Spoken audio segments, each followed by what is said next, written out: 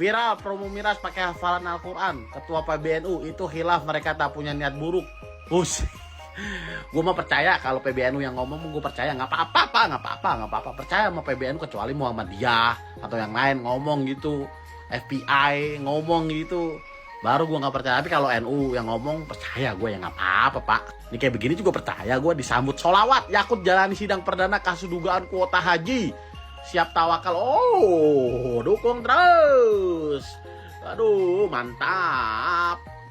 Makanya yang begini mah, kalau yang ngomong PBNU gue percaya ya.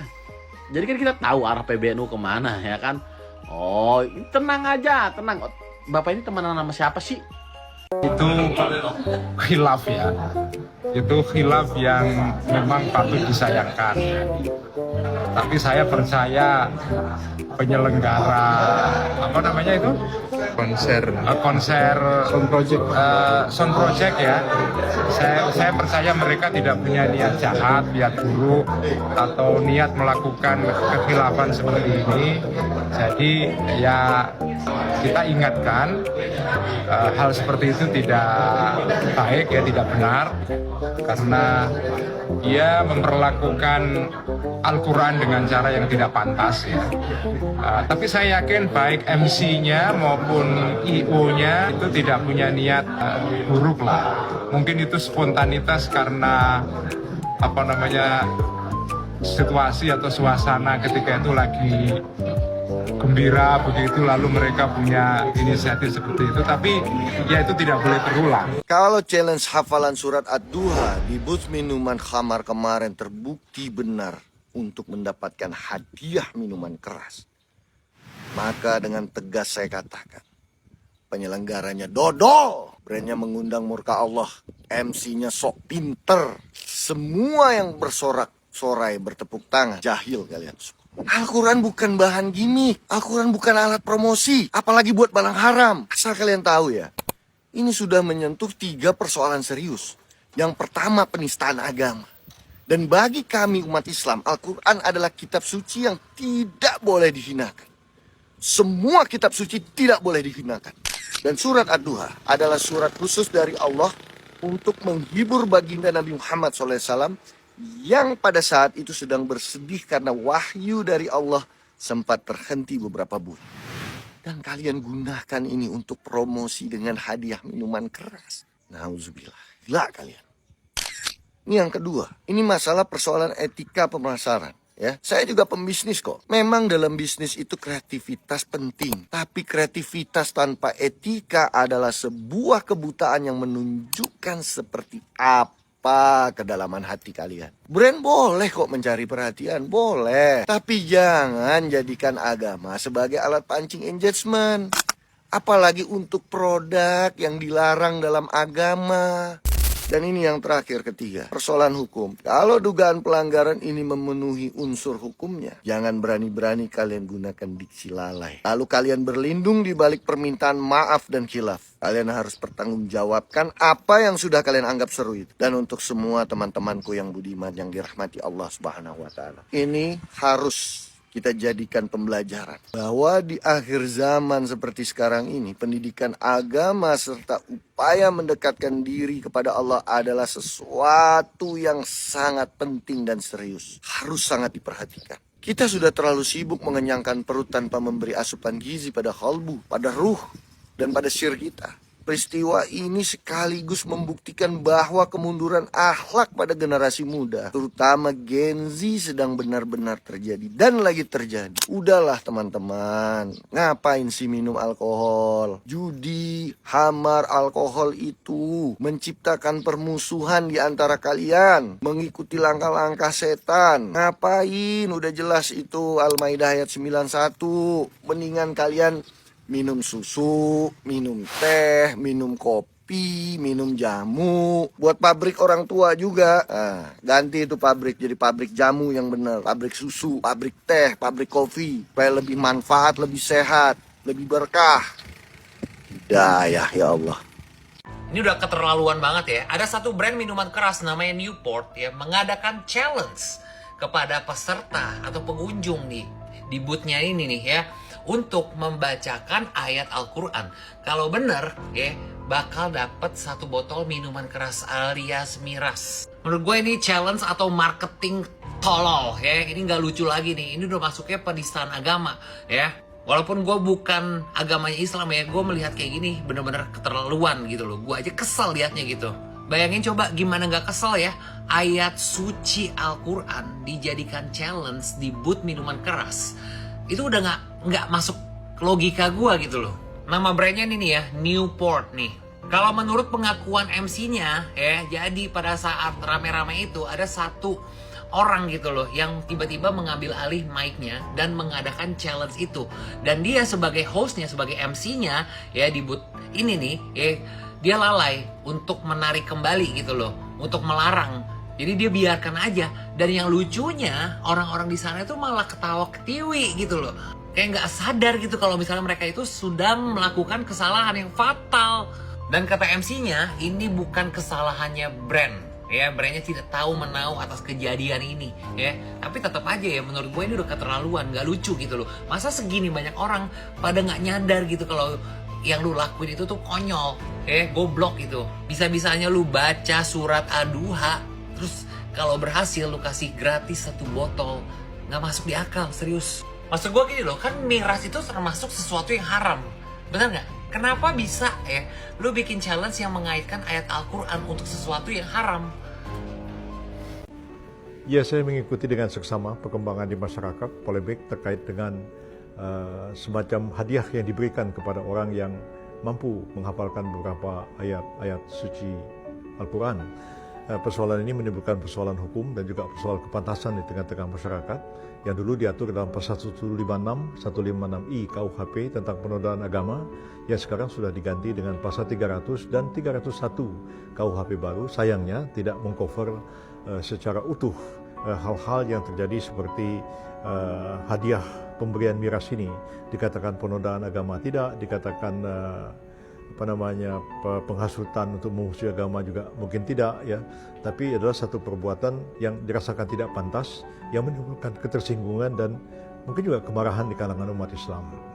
Ya, sekarang MUI telah melaporkan hal ini kepada kepolisian, dan saya berharap polisi mencoba dengan seksama menyelami maksud pasal 300 dan 301 KUHP baru itu untuk mencari solusi menyelesaikan persoalan hukum ini sehingga dapat ditegakkan dengan adil.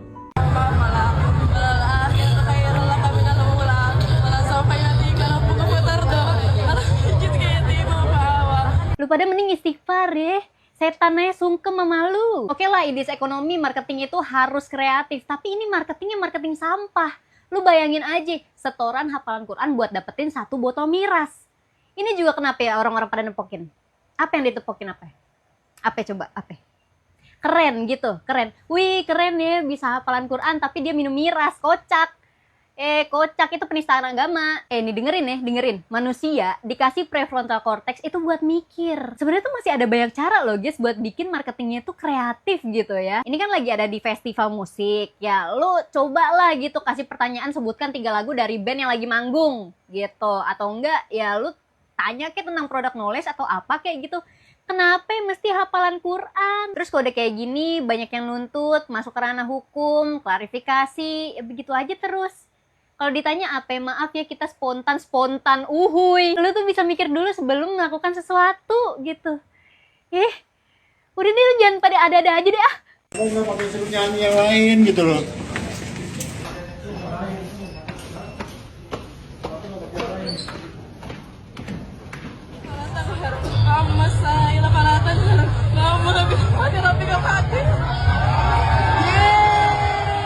Yang dapat merendahkan, melecehkan, atau mengeksploitasi simbol dan identitas agama.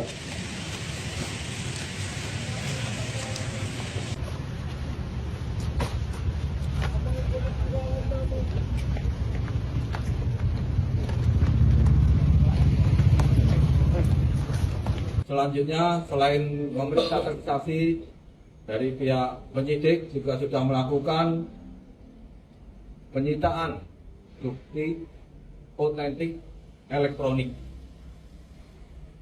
Jadi ada 2 yang kita ambil untuk bukti elektroniknya yang mengarah pada pembuktian penistaan agama. Posisi saat ini untuk terduga pelaku penistaan saat ini sudah diamankan di Polres Metro Jakarta Utara. Seorang perempuan berinisial R dan laki-laki berinisial. Ayo bang, sini bang, promo, free 1 botol miras, nobat, mau nggak bang? Hah? Seriusan bang, gratis? Syaratnya apaan bang? Pasti follow IG kan? Bukan bang, cukup setoran hafalan surat Al-Quran, modal surat Ad-Duha, langsung bawa balik botolnya. Hah? Sumpah lu bang? Setoran baca gituan? Dapetnya miras? Lu gila pe? Ya gua kan cuma jokes event bang, bukan disuruh dari pusat.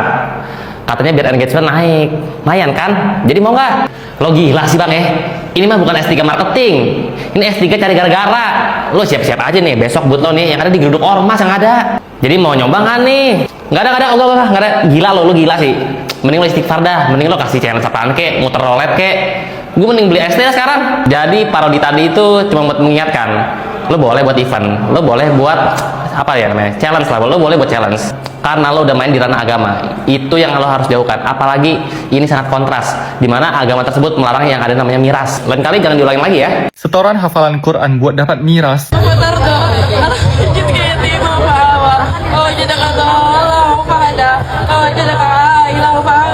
Aku yang bukan seorang muslim aja tahu kalau itu tindakan yang nggak betul, itu penistaan agama. Waktu membuat challenge itu, apa nggak terpikir ke sini, nggak lewat ke sini, nggak terpikir kalau itu tindakan yang salah. Dan buat kawan-kawan kita yang muslim, kalian terima kalau pelaku itu cuma klarifikasi dan minta maaf aja. Setelah itu serasa tidak terjadi apa-apa. Jika Anda hafal surat Ad-Duha, maka saya akan memberikan Anda sebotol miras. Itu adalah marketing yang dilakukan oleh brand ini. Coba kalian dengar.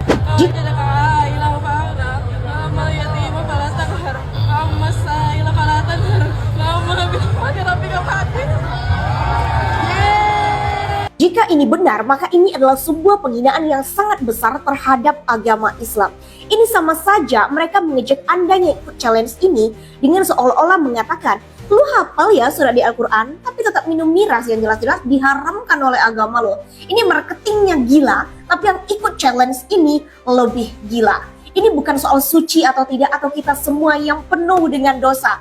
Melainkan, ini tidak bermoral karena mencampur adukan agama dengan sesuatu yang diharamkan oleh agama tersebut. Terserah Anda mau jualan apa, terserah Anda, tapi jangan campur adukan agama dengan strategi marketing Anda. Itu poinnya.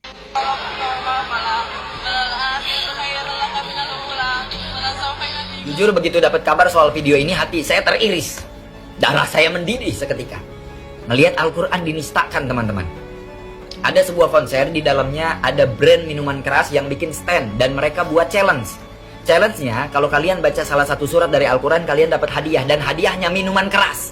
Maju nih satu orang buat baca surat Ad-Duha. Sampai selesai, ada yang tepuk tangan, ada yang ketawa, dan setelah beres dikasih satu minuman keras.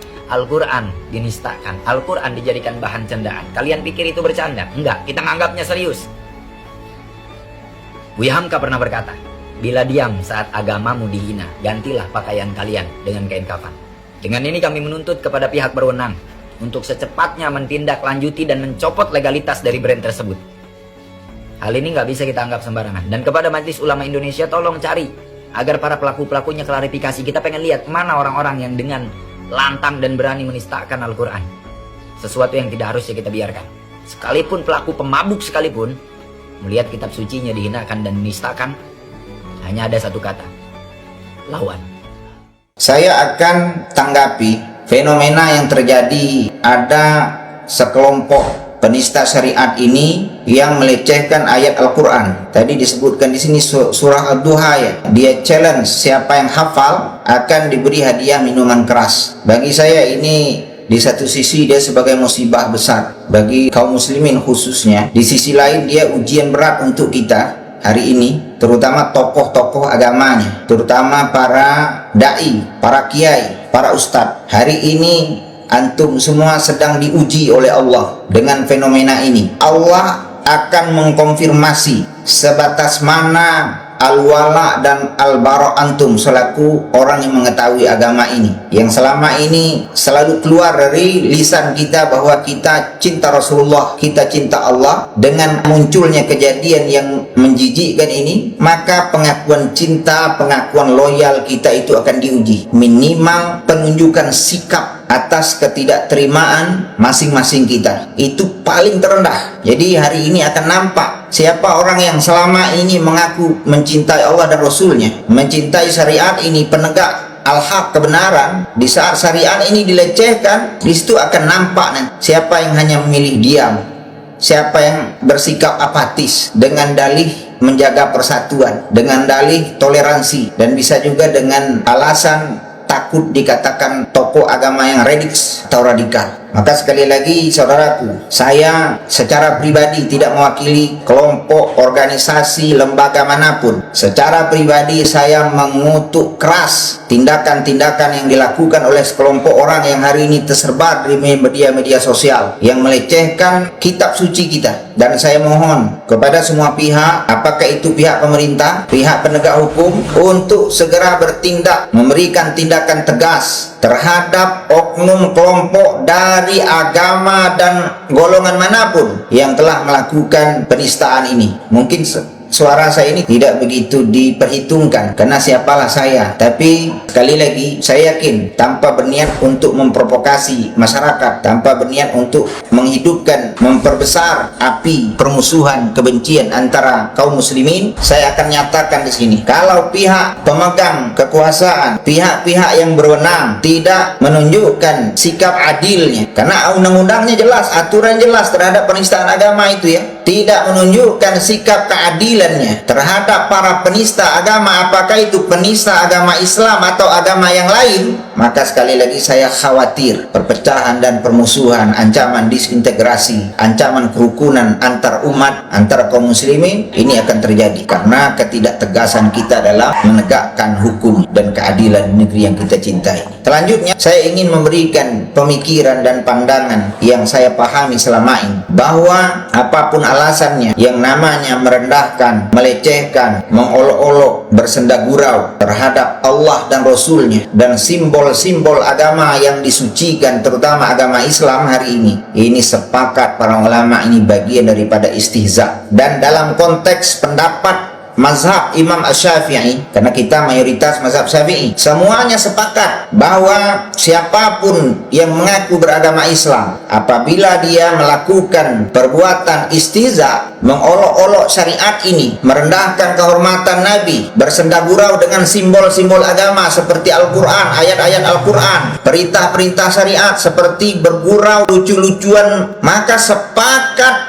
imam yang empat bahwa inilah istihza, dan sepakat efek dari orang yang melakukan ini apapun alasannya, apakah niatnya untuk lucu-lucuan, untuk menghibur supaya tenar, untuk membahagiakan orang, maka pelakunya keluar dari agama yang lurus, keluar dari din yang hak ini, dan pelakunya wajib bertaubat dan mengucapkan kembali syahadat asyhadu an la ilaha illallah asyhadu anna muhammadar rasulullah. Ini sepakat imam mazhab yang empat, sebagaimana yang dikatakan oleh Imam Nawawi dalam kitabnya Al-Majmu'. Begitu juga Imam Ar-Ramli, Nihayatul Muhtaj, kitab Rawdatut Talibin, kitab Mughnil Muhtaj, tulisan Imam Khatib Asy-Syarbini. Begitu juga dengan penulis yang sama, kitabnya Al-Iqna, dan kitab-kitab mazhab Syafi'i yang lainnya, yang mereka nukil pembahasannya dalam kitab bab riddah, yang dimana mereka bersepakat pelaku istihza, orang yang mengolok-olok, meremehkan, merendahkan, lucu-lucuan, yang mana bahan leluconnya itu yang dipergunakan adalah simbol-simbol Islam, syariat-syariat Islam yang disucikan seperti ayat Al-Quran,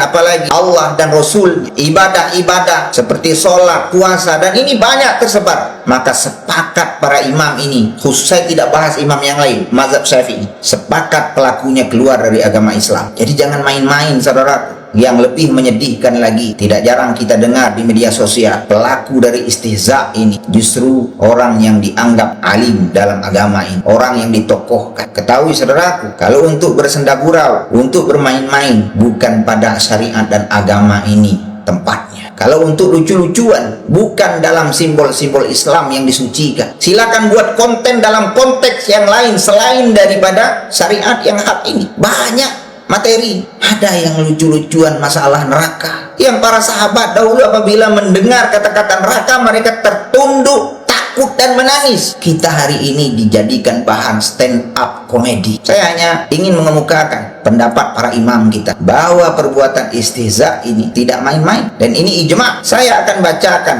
apa konsekuensi selain dari pelakunya ini keluar dari agama yang lurus ini. Saya akan bacakan dalam kitab As-Sarimul Maslul, ya, Firraddi ala Syatimir Rasul, pedang terhunus, bantahan bagi orang yang mencela, menghina Allah dan Rasulnya. Dan dasarnya jelas. Sebelum saya bacakan kitab ini, dari mana dasarnya para imam kita? Apakah itu Imam An-Nawawi, Imam Khatib Asy-Syarbini, ya, Imam Ar-Ramli, terlebih lagi imam kita Imam Asy-Syafi'i menghukumi orang yang mengolok-olok syariat ini keluar dari Islam? Dasarnya jelas, berdasarkan surah At-Taubah ayat 65 dan 66 yang berbunyi wala in sa'altahum ya la yaqulunna innama kunna nahudu wa nal'abu. Jika engkau bertanya kepada mereka, wahai Muhammad, kenapa kalian lakukan ini, maka mereka akan jawab, kami hanya bersenda gurau, hanya berniat untuk main-main, bergurau saja. Sama seperti hari ini, untuk lucu-lucuan aja. Kok baperan sekali sih jadi orang? Kami hanya untuk sekedar konten, sekedar lucu-lucuan. Kita lihat apa akibatnya dalam ayat surah At-Taubah ayat 65 ini. Apa lanjutan ayat ini? Qul abillahi wa ayatihi wa rasulihi kuntum tastahzi'un. Apakah dengan Allah, ya, dengan ayat-ayat Allah, termasuk simbol-simbol yang disucikan dalam agama kita, dengan Rasulnya, kuntum tastahzi'un, kalian bersenda gurau, kalian mengolok-olok, kalian untuk lucu-lucuan, la ta'tadiru qad kafartum ba'da imanikum, ila akhiril ayat. Tidak ada kata-kata maaf bagi kalian. Jangan kalian minta maaf, minta uzur. Qad kafartum ba'da imanikum, kalian pada hakikatnya telah keluar dari Islam setelah kalian beriman. Ini ayat loh. Saya secara pribadi tidak memvonis pelaku itu, karena bisa jadi ada hujah yang harus ditegakkan. Saya sampaikan ini supaya kaum muslimin melek matanya, supaya yang selama ini memandang remeh terhadap hal ini supaya lebih berhati-hati. Lebih baik, ya saudaraku,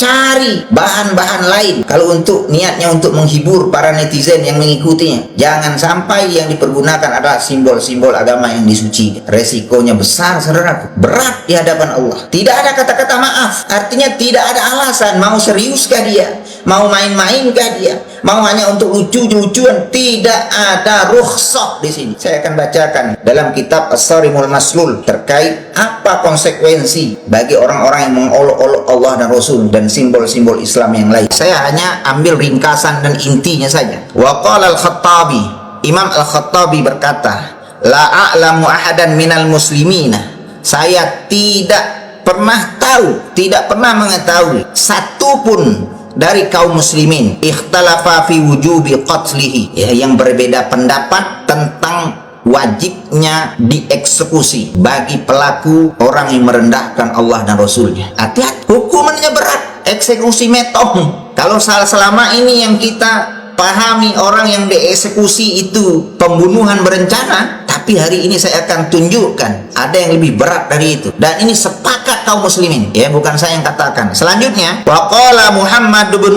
Suhnun, dan berkata Muhammad bin Suhnun, ajma'al ulama'u ala anna syatiman nabi sallallahu alaihi wasallam wal mutanaqis lahu kafirun. Kata Muhammad bin Suhnun, telah berijma' para ulama, ijma' sepakat, tidak ada perbedaan para ulama, bahwa orang yang merendahkan kehormatan Nabi, begitu juga Allah, begitu juga Al-Quran dan lainnya, apa hukuman baginya? Pertama, dia ini telah keluar dari Islam. Wal wa'idu jarin alaihi bi'adzabillahi lahu, dan ancaman yang berlaku atasnya adalah azab Allah yang pedih. Wa hukmuhu indal ummati al-qatlu, hukuman, ya, sebagaimana kesepakatan umat adalah al-qatlu, eksekusi. Jangan main-main terhadap agama ini, karena agama ini bukan untuk permainan. Agama ini masalah yang serius. Silakan cari masalah lain kalau mau ketawa. Selanjutnya, Wa man syakka fi kufrihi wa azabihi kufrun. Nah, ini lanjutan tadi. Barang siapa yang meragukan tentang kekufuran orang yang merendahkan Allah dan Rasulnya, begitu juga meragukan azab yang menimpanya, maka dia juga keluar dari Islam. Nah, ini para ulama loh, saya hanya bacakan. Termasuk imam mazhab yang 4, ya, tidak ada khilaf ya tentang status kekufurannya. Saya lanjutkan dikit lagi. Wa tahrirul qawli fiha. Adapun kesimpulan masalah ini, an-nasaba in kana musliman. Apabila pencela dan pencaci ini agamanya agama Islam, fa innahu yakfuru wa yuqtalu bi ghairi khilafin. Maka pelakunya ini keluar dari Islam dan dieksekusi tanpa khilaf, tanpa perbedaan. Wa huwa mazhabul a'immatil arba'ati wa ghairihim. Dan ini mazhab pendapat imam mazhab yang 4 dan imam-imam yang lainnya. Jelas saudaraku? Ini harus kita buka supaya masyarakat kita yang tidak tahu menjadi tahu. Sudahilah kita selalu berbasa-basi, bermanis-manis dengan masyarakat umat ini ya. Kita harus jelaskan bahwa istihza, merendahkan simbol-simbol agama itu bukan hal yang remeh, bukan hal yang main-main. Dia termasuk dalam pembatal-pembatal keislaman kita, dan ini ijma, termasuk ya wabil khusus para imam ya dalam mazhab Imam Syafi'i rahmatullah alaihi ajma'in. Meskipun sekali lagi secara khusus saya tidak memvonis pelakunya keluar dari Islam secara muayyan, tapi secara umum hukumnya sudah saya sampaikan, dan dalil yang menjelaskan ini banyak sekali. Termasuk kalau ada kiai, ada ustadz, ada tokoh agama yang melakukan istihza terhadap simbol-simbol syariat ini, seterkenal apapun dia, setinggi apapun ilmunya, sepanjang apapun gelarnya, secerdas apapun otaknya, sehebat apapun keilmuan kitab kuningnya, tinggalkan. Karena ini perintah ayat Al-Quran dalam surah Al-An'am ayat 68. Wa idza ra'aital ladzina yakhuduna fi ayatina fa'rid anhum hatta yakhuduna fi haditsin ghairi. Apabila kalian melihat ada orang-orang yang merendahkan ayat-ayat kami, maka berpaling, tinggalkan, berpaling dari mereka sampai mereka merubah topik itu, mengalihkan pembicaraan itu dengan pembicaraan yang lain. Surah Al-An'am ayat 68. Jadi tidak ada kata-kata main-main, lucu-lucuan dalam syariat ini. Tidak ada. Meskipun dia seorang tokoh yang ditokohkan. Ya, ini perintah Al-Quranul Karim. Barakallahu fikum. Dan video itu yang sangat jelas sekali secara verbal yang mengatakan bahwa melantunkan ayat suci Al-Quran Ad-Duha yang di depan yang disandingkan dengan minuman beralkohol. Nah, ini yang menurut hemat ini jelas-jelas merupakan penistaan agama. Nah, persoalan ini bukan persoalan yang remeh-temeh, karena MUI juga sudah bersuara, teman-teman lintas agama juga sudah bersuara, yang notabene mengecam tindakan-tindakan seperti ini. Kita tahu bahwa pola-pola seperti ini bukan sekali atau dua kali yang terjadi. Kita ingat public figure Imam Muqtadi pada saat itu memakan barang yang diharamkan Islam dengan mengucapkan basmalah dan dilakukan penegakan hukum. Apalagi yang ayat suci Al-Quran dijadikan permainan oleh oknum-oknum ini, yang dimana itu skala besar ya, event musik skala besar yang mencoba meraup keuntungan dengan perekonomian, tapi dia mengabaikan terkait dengan etika, moral, beradab yang ada di Indonesia. Maka dari itu kami Asosiasi Lawyer Muslim Indonesia mengecam dan mengawal dengan tegas. Kemudian berikutnya kita tahu bahwa aparat penegak hukum sudah melakukan pola-pola penindakan berupa penyelidikan. Namun barang tentu kita harus menjaga dan mengawal ini, karena kita tahu pasti ada orang-orang besar di balik peristiwa ini.